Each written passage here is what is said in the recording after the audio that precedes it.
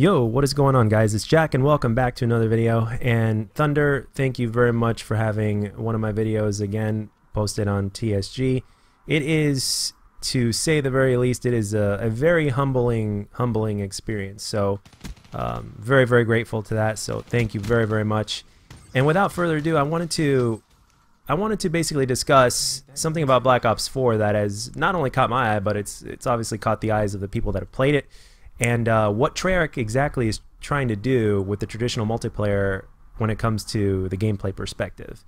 And I can say that there are some things that I can definitely agree with and praise them on, and there are a few things that I can't say the same exactly. And now, granted, Treyarch has yet to let us down. With any Call of Duty that they've released, from, say, I didn't play World at War, so I can't speak from that perspective. So let's say from Black Ops 1 and then Black Ops 2 and Black Ops 3, they really haven't let us down. Especially if you want to compare the games to the Sledgehammer and Infinity Ward games. And I don't mean that in a disrespectful manner, by the way. But I think you guys get the point. But let's talk about something really quick that makes Call of Duty what it is. No matter what your playstyle is, no matter how you approach the game, the way you play, it just doesn't matter. One of the things that makes Call of Duty, and that makes people gravitate towards it, is the fact that you have a choice. You have the freedom and a choice. And with all due respect to World War II, one of the things that it failed on was the fact that you don't have as much of a choice in terms of the creator class, for instance. That's why a lot of people like Pick 10. Obviously, there are people out there that do not like Pick 10 and they want to go back to the way things were, like, let's say, back in Modern Warfare 3, which I could definitely understand, and it's definitely better than what we were offered in Call of Duty World War II.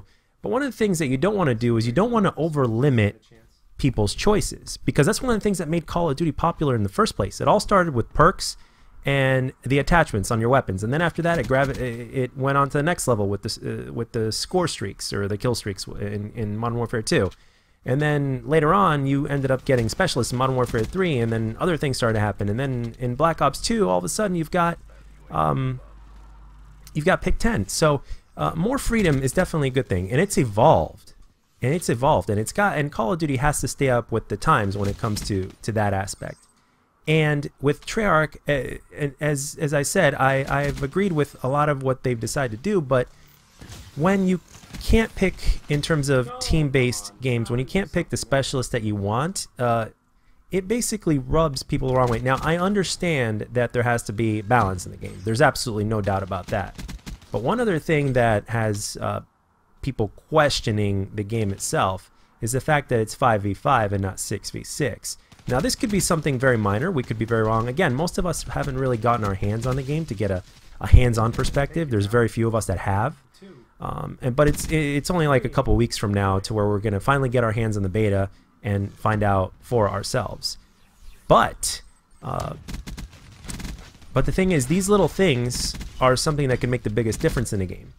And if it ends up not being that good, then the game itself is going to suffer, because as you guys can see from everything that they've decided to do, if you put everything into perspective, if you're thinking about the weapons, you know, the way you can customize the Pick 10 even more this time, and how they've given you even more wild cards, and the way the weapons work, the predictable recoil and all that good stuff, the 3-lane maps, getting awarded for taking the objective, prioritizing the wins over the KD, which is something that I agree on, but I know not everybody does. But when you put everything together, Black Ops 4 seems like, from a traditional multiplayer standpoint, that it could very well be a success. But as we all know, and as time has repeated, and as history has shown time and time again, is that it really doesn't take much to screw up a Call of Duty. As I mentioned in one of my previous videos, I like to compare Call of Duty to pizza. You have to get a whole bunch of little things right in order for the pizza to be good and to be a certain quality. You mess one little thing up, it can mess up the pizza, especially for those people that are, like, let's say, first of all, that are big on crust, for instance. If you mess up the crust a little bit, I mean, the next thing you know, it ruins the whole pizza for everybody, for that person, or for people like that. So I'm sure you guys can see what I'm getting at with this. So the fact that you can't pick which specialists you want is something that's kind of limiting. It's like, yes, we've given you more choices, but it's like, no, you can't do that. And like I said, I understand that there's the whole balance, and I get it, but the thing is, when you start restricting people from having to choose something that they don't want to choose when they'd rather choose something else, which is what made Pick 10 great in the first place, by the way, is by literally giving people that choice. It seems like you're taking a few steps forward and then a few steps back at the same time. There's that. And it also seems like that they're going to be basically shoving like competitive into pubs to a certain extent. They're almost like shoving it down our throats. Now, don't get me wrong. I have a lot of respect for competitive players, people that play competitive, whether you're pro, you're an amateur, or aspiring pro, or if you're just a pub player that likes to play competitive every once in a while. You know, that's great and everything, and I could definitely see the value in that, and I can totally get it, and I agree to a certain extent. But pubs need to be something that need to remain casual, because again, the biggest chunk of the player base are casuals. Now, don't get me wrong, I don't think it's good to over cater to casuals.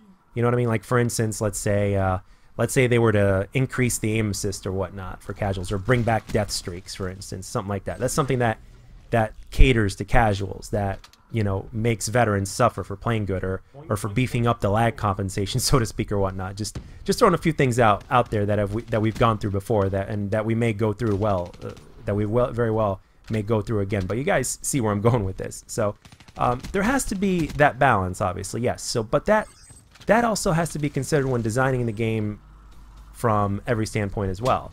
And a lot of people are obviously upset that there's no campaign. And even though I personally haven't played campaigns since, I think, Black Ops 2, actually Advanced Warfare, but I've been pretty much a multiplayer guy for the most part for the last 7 years or whatnot. So, but the thing is, I have played campaign, and I understand why people love Call of Duty campaigns or whatnot.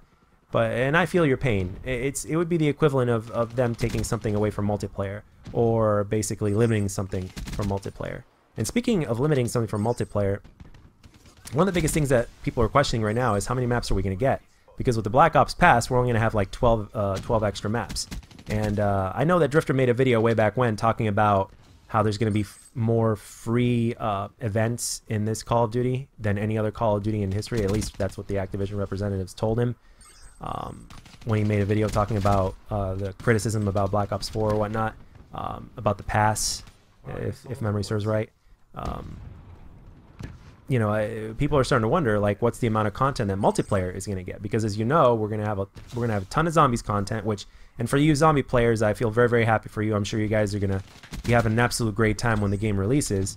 But for the multiplayer people, which is, to my knowledge, a pretty damn good chunk of the entire community, you know, it's hopefully we don't get the short end of the stick. And speaking of short end of the stick, I'm really happy for the PC community, because it finally seems like that with Battle.net that they're finally gonna get the PC experience that they've been longing for, because apparently hacking is a big thing for the PC version of the games, and bugs as well, and the ports not being quite up to par. So from everything that we've been shown so far, it looks like the PC community is definitely gonna be happy this time around, and I'm really glad for that, and full-on dedicated servers for them.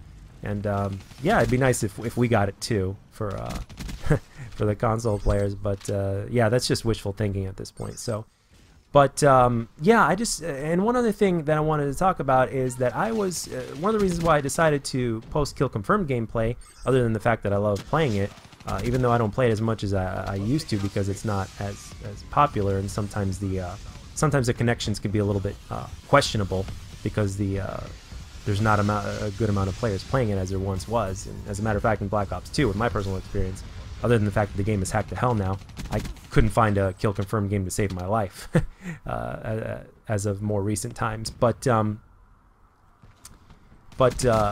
thing that I wanted to mention is what happened to Kill Confirmed. You know, till this day, Kill Confirmed is still like a big, like every single time I think about it, it's like I kind of scratch my head about it, because when it was first introduced in Modern Warfare 3, we all thought that, at least a good amount of us thought that it would be pretty popular, because it's just a different version of Team Deathmatch, and you're collecting tags for the win, so it gives people another reason to move. It kind of doesn't eliminate camping, but it kind of limits it to a certain degree because people have to run around and get those tags. But at the same time, there were also other people out there that took advantage of the fact that there were more people running around, so people weren't holding still. They didn't give a damn about the win, which Black Ops 4 seems to be heading in the right direction in terms of prioritizing the win over the KD or whatnot.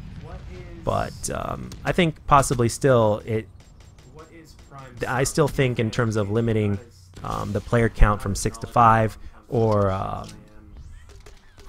supporting quote-unquote tactical play, because every single time I hear tactical, it kind of makes me cringe a little bit. I'm like, oh, I hope they don't mean camping, because some of these specialists can create barricades as if we didn't have enough head glitching spots already. So I mean, but again, like I said, it's only a matter of time before we get the game to try it ourselves with the beta, and then a couple months after that we get the full release. But yeah, these are my thoughts, so I thought I'd share them with you, and that's all I got for this one, guys. I hope you enjoyed the gameplay and the commentary. Thunder, it is very much appreciated that you have my video on here once again, and I am very humbled about it. And please, for those of you guys that watch this, let all thoughts and comments be known down in the comment section. What do you guys think? What do you guys think about? What do you guys feel about Black Ops 4? You think it's going to cater too much to the competitive, and the pub side of things might fall short? What do you think? And yeah, that's it. That's all I got for this one, guys. And as always, if you enjoyed the video, let me know. And if you didn't, let me know what I can do to make my videos better. And I'll catch you guys on the next one.